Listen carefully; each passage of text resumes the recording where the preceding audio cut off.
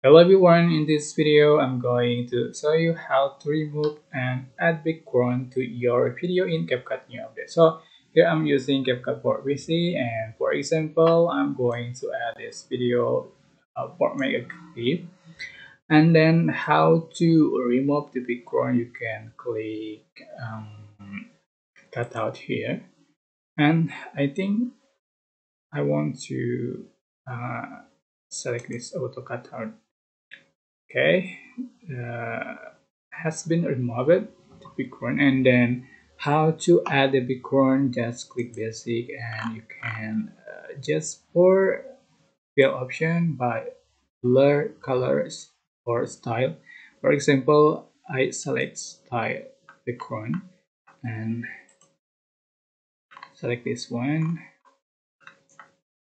for example. So here we go. Okay, that's simple how to remove and add background to your video in CapCut new update. Don't forget to click like, comment, share, and also subscribe, and you can click thanks button for appreciation and assure thanks. Bye bye.